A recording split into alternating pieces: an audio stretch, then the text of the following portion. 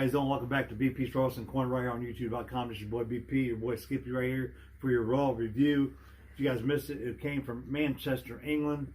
It was an alright show. I'm not really a big fan of these overseas events, whether it be Raw, SmackDowns, or actually pay-per-views, Crown Jewel, whatever.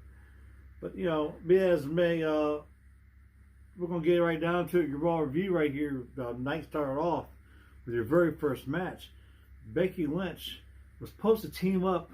Actually, she wasn't supposed to team up with no one. Becky Lynch was the one that was added to the match. Charlotte was supposed to team up with Natalya. The Natty had different plans. Something going on with the home, whatever. But anyway, this is for the women's tag team title match. Becky Lynch was added to the match with Charlotte to go against the Kabuki Warriors here. And out came Shayna Baszler in this match. Last match was going on. And kind of just spectating, really. Yeah, she's spectating for a while. Didn't really interrupt that much. So let the match go. Kabuki Warriors did end up picking up the victory here. I gave this match 3.5 stars. It was all right. Other than that, besides the whole Shayna Baszler thing, Bayley ends up coming out and jumping on Shayna Baszler. And Cat. Yeah, Cat. But anyway, she ends up jumping on Shayna Baszler, and they end up getting into it. But that was not all. I mean, after the match was over with, Becky got into it with, Becky ran Shayna off, but Becky got into it with Bayley also, because her upcoming match coming up at Survivor Series. Yeah, I feel like everybody's probably talking more about Becky and Shayna than Bayley. Just saying, hey, look, I'm still in this match. Right. Exactly. Takes out Bayley at the end there, and as far as the match, you guys, the Kabuki Warriors against Becky 2 belts and Charlotte, I give it 3 stars maybe. It could have been better. Yeah. I really expected Kabuki Warriors to retain there, which they did, but I'm not sure what happened with Natalya. Honestly, did she just not make the flight or something? She had a family commitment, is what they said. So I'm not sure exactly what happened there. But, the Kabuki Warriors won, but I was expecting Asuka to use the mist, and she didn't use the mist this time. She actually got the pinfall, man. Yeah. That was pretty crazy how it happened. But as may, your women's tag team champions are still the Kabuki Warriors. Becky did do a good job, of course, filling in for Natalya. It was pretty crazy seeing her and Charlotte tag team up. They've been rivals there for quite some time. And also they have been together too, as you know, the fourth woman. Yeah, both currently faces. But yeah, it was a good match, not too bad. This next match, it was Drew McIntyre. He went one-on-one against Sin Cara. As you guys do know, Sin Cara did ask for his release. We don't know if Vince is going to give him that release yet. And I'm not too sure why he asked for a release, but you can only imagine spectate. I'm pretty sure I know why. Yeah, you can just spectate the why. I give this match 3 stars. The only reason why I gave it 3 stars was I like Drew McIntyre, and Drew McIntyre did end up winning this match. I give it no stars. Why was this match booked? Right. Honest to God, why was this match booked? That's going to be a surprise because the next match after that, R-Truth versus the Singh Brothers in a handicap match for the 24/7 championship. I gave this 0 stars as well. You kind of have no to. Winner. Yeah, you kind of have to. There was no winner, and it was the Singh Brothers just take off running for the hills. I mean, don't get me wrong. As a segment, entertaining, 3 stars. As a match, nothing. Stars. There's no match. There's no match at all. So yeah. Other than that, there you go. Next thing up to have, man, Seth Rollins comes out to the ring, man. And he's talking about, what's going to happen at Survivor Series. He's talking about, just he's ready for Survivor Series to come around, but out comes to interrupt him is Imperium, dude. Yeah. UK boys. Imperium comes out. He opened up a challenge, is what it really exactly. Here. He said he wanted to challenge the UK's best wrestler. Whoever in the back was, And UK's best wrestler is the United Kingdom champion, Walter. And that's exactly who came out with Imperium. 1-on-1, Seth Rollins and Walter went at it. I gave this match 3 stars. These two guys were going at it. But just a match itself, I'll give 3 stars because this is a match I never thought I'd see, Walter against Rollins, but we've seen it. But of course, Imperium interfered in the match. All 4 members jumped on Seth Rollins here, and who comes out to save Seth Rollins? None other than Street Profits and Kevin Owens, dude. Yeah. Really, Kevin Owens is back. Way overdue. I mean, he made an appearance a couple weeks ago, but for the most part, since the brand split, the official brand split, where's he been? Right. So, yeah, just, hey, great to see KO back. And all this whole interference thing made this match into an 8-man tag match. Yeah. So you got all 4 members of Imperium going against Street Profits. I'll say I'd love to see Seth Rollins and Walter play out to a clean finish. I would like to see that too, but it didn't happen. Instead, we had this 8-man tag match: Imperium versus Kevin Owens, Seth Rollins, and the Street Profits here. And of course, Kevin Owens and the boys won it up, so they're ready. You know, they beat Imperium, which was a good match. I didn't think they was going to beat him. Yeah, that's a 4-star match out of me. I give it 4 stars. I haven't really said much on the show. I'm a huge Kevin Owens fan. Loved Kevin Owens. Yeah. But just, hey, one of the greatest stunners I've seen out of Kevin Owens was, what's his name? Alexander Wolf, I think, took it. Oh, man, yeah. Somebody from Imperium. This is one of the best stunners I've seen Kevin Owens deliver yet. He nailed him, but he knocked him straight out of the ring. It might have been Bartel. I don't know. But it was one of them guys. And then, what's up with Montez at the end? They're going like Super Saiyan on that rope. Just going nuts, man. Nuts. Yeah, I was interesting to see. But speaking of that, we found out who Raw's 5 guys are. Yeah. And it has playing their cards a little too early. Right. And Seth Rollins is the captain, of course. Then you got Randy Orton. Right? Ricochet is another guy. And who's the other 2? Kevin Owens. Kevin Owens is one. So you got Kevin Owens, Randy Orton, Seth Rollins, Ricochet, and Drew McIntyre. Yeah, Drew McIntyre. All 5 guys for Raw, guys. So 5 top guys. Honestly. 5 top guys for Raw. That's going to be interesting to see. We don't know who SmackDown's 5 guys are. I can't really see anybody else for Raw that would make sense. It's not tied up already in title pictures. Right. Or stupid storylines. Yeah. We'll get that in a minute. But who's going to be the 5 guys from NXT? I'm guessing Adam Cole's going to lead that. Ciampa, Johnny Gargano, Balor. I don't know. I'm thinking Adam Cole will probably be captain. Or no. Yeah, because they're not doing a world heavyweight. Yeah, now we're going with him, so he probably will be captain. He'll probably be team captain. Also there. And definitely Johnny. thinking Keith Lee, Ciampa. Matt Riddle. Matt Riddle will be a good one. Donovan Dijakovic. Swerve, Scott. Who knows? I mean, if I'm going to win, I would take Adam Cole, Ciampa, Keith Lee, Dijakovic, and if he can do it, Gargano. If he's not cleared. Right. If he can do it. Honestly, and the only reason I wouldn't put Finn Balor in there is because Finn Balor doesn't seem like he's very focused on this NXT win. Yeah, not right now. It doesn't seem like he is. Because, he's kind of taking out Ciampa and all them right. guys. And, very curious to see who SmackDown picks. Well, I think you already know the team captain of SmackDown's probably going to be none other than Roman Reigns. I'm sure maybe King Corbin.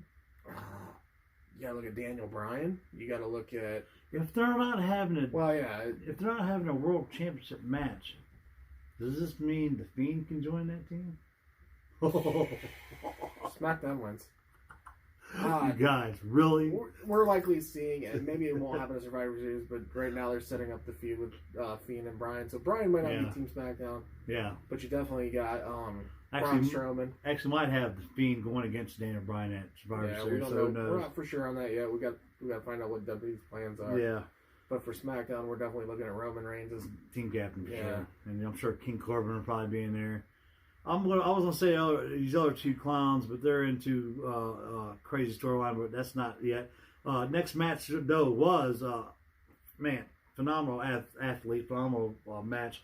Andrade, there's nothing bad I can say about this dude. I love Andrade. Oh, I got something bad to say about him. Besides Selena Vega. Well, no, I got something. I love Selena Vega. I wouldn't say nothing bad about her. Cedric Alexander.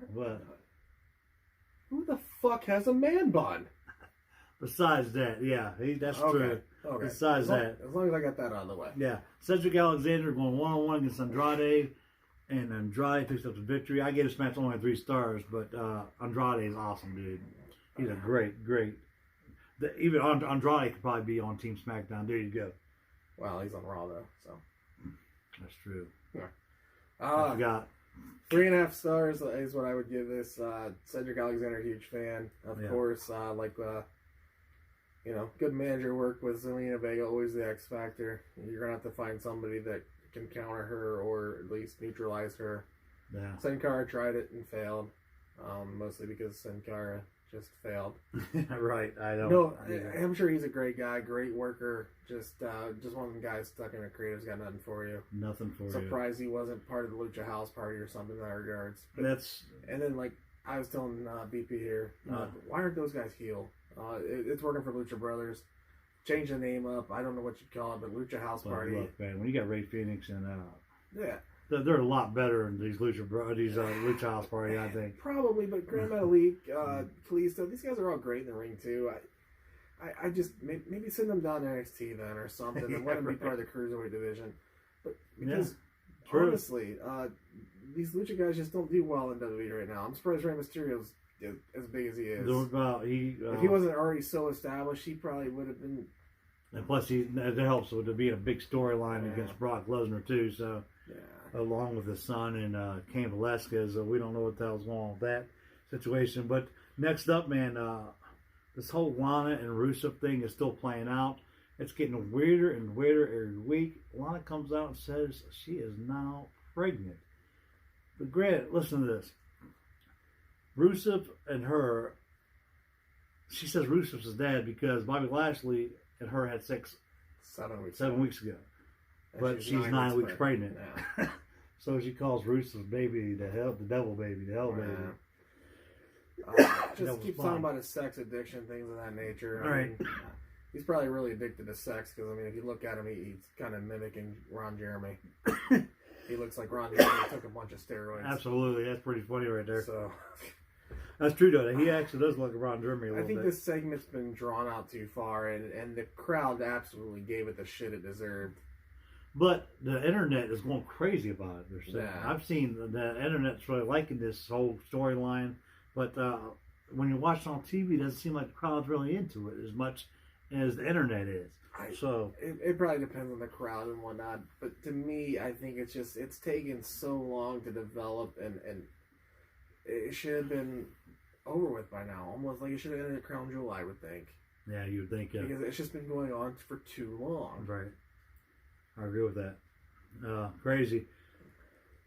But yeah, going up to the ramp there after Bobby Lashley comes out to the ring and beats on Rusev there for a little bit. Excuse me. Going up to the ramp there, Lana says that she was faking at the time. She's not pregnant. So there you go. She's just trying to get underneath Rusev's skin as well as she did. So I'm pretty sure Bobby Lashley and Rusev's probably going to have some kind of match at Survivor Series or something's going to happen maybe next week. Or Raw going into Survivor Series. I'm not sure. But other than that, Vince is a big fan of Angle too, and that it's getting the heat it deserves. Right. But I just think it's taking too long to play out.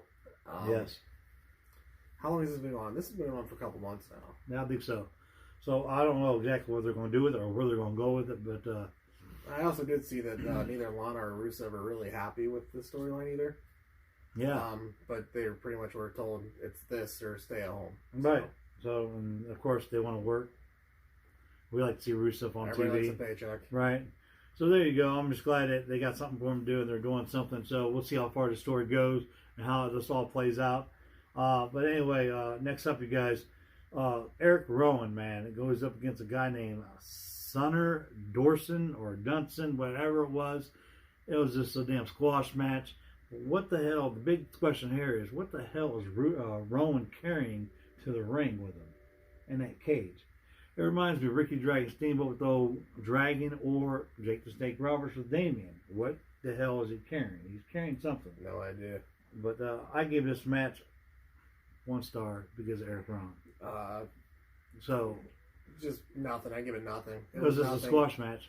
I don't know. Do you have it here? The 24/7 segment, how that ended? No, not yet. I didn't get how that ended, but how that it did end before this match even Speaking took of place. Rowan, that's why this is coming out. Yeah, Rowan was back there, and he took out both brothers, the Singh brothers, before this match even took place. Yeah, the Singh brothers were just trying to run from R-Truth. They're like, fuck it, we're going to go to the back, take a belt, and run. And R-Truth goes chasing them. They end up in the women's locker room. Yeah. Gets chased out of there. So they go into what they think is a dark room. Nobody's in there to hide. Which was a dark room, but they turn on the lights and to find out Rowan was right there waiting on them. Yeah. Rowan pretty much destroys the two of them. Yeah. Throws them against the wall. Throws a couch at them.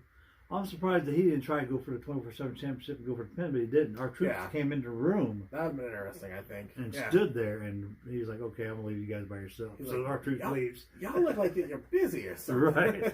Right. R-Truth just, I love that guy. Yeah, he's just great. A funny guy. But anyway, that leads us to this match against this guy, Son or Dorson, or whatever his name is, a squash match. Like I said, what the hell is Rowan carrying? We don't know yet, but it's going to be very interesting to see what happens there. So I don't know. Maybe a Wyatt family thing. It could be. It could be one of Bray Wyatt's puppets. I don't know what the hell's on, but of course Bray Wyatt is on SmackDown. So there you go. We don't know what's going on with that. Next up was another interesting match. Try to take over, so to speak, but of course the Viking Raiders, your Raw champions, going against the former UK Tag Team champions, Flash Morgan Webster and Mark Andrews here. And it was 3 stars. I thought it was a good match because if you guys do pay attention to the UK, Flash Morgan Webster and Mark Andrews are not slouches at all. They're actually really good wrestlers.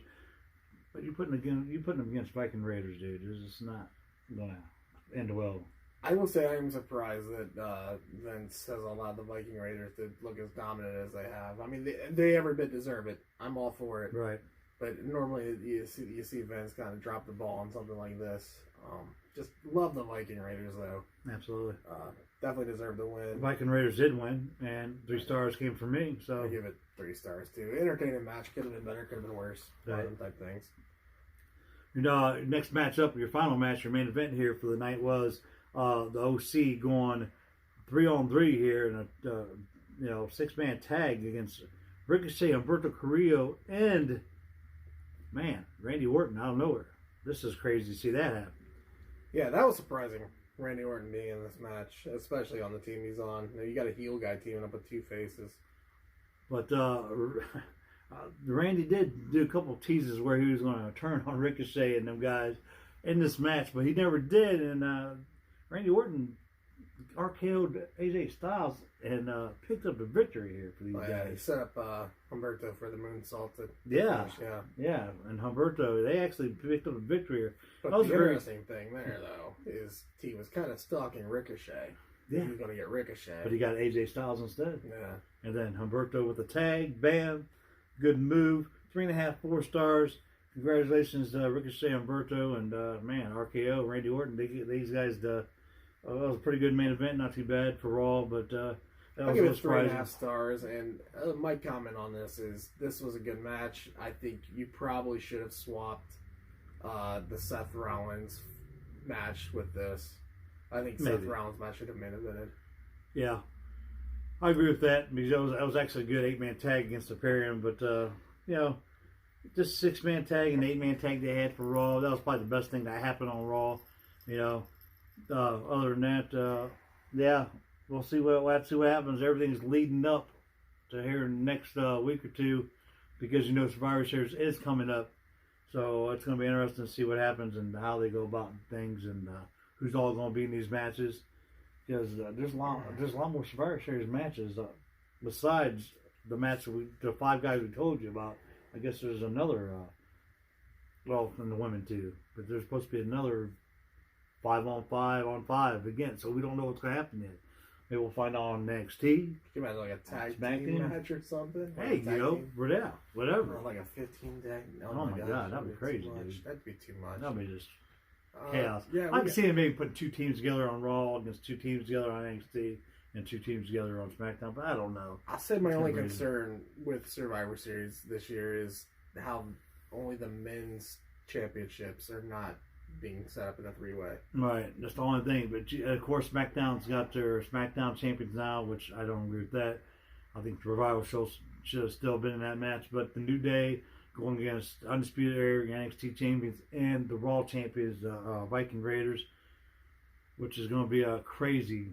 I would like to see the Revival get upset here and quit like Brock Lesnar and go join Randy Orton again.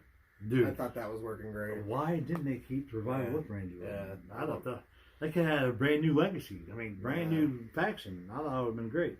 Why is not Vince is evidently against factions for some reason. I don't know why.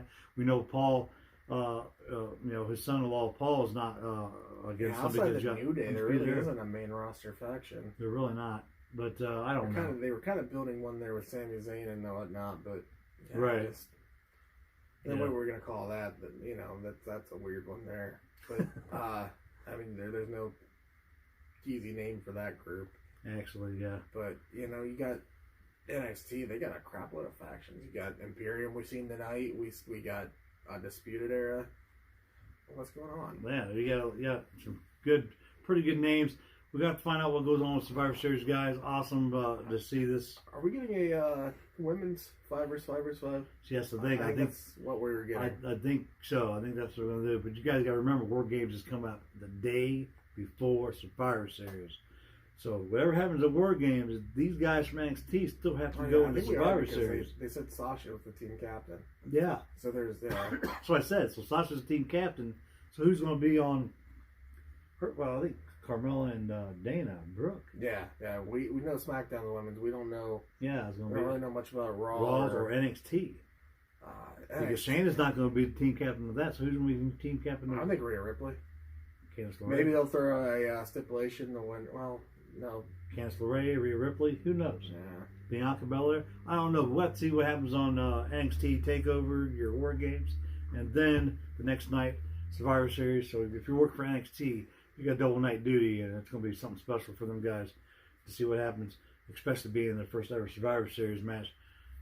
So we'll see. But anyway, this is your guys' Raw report for this week. Until next time, we're going to be right here next for your AEW Dynamite review, and and of course your NXT review. So we're going to see what happens leading up to all this chaos going on.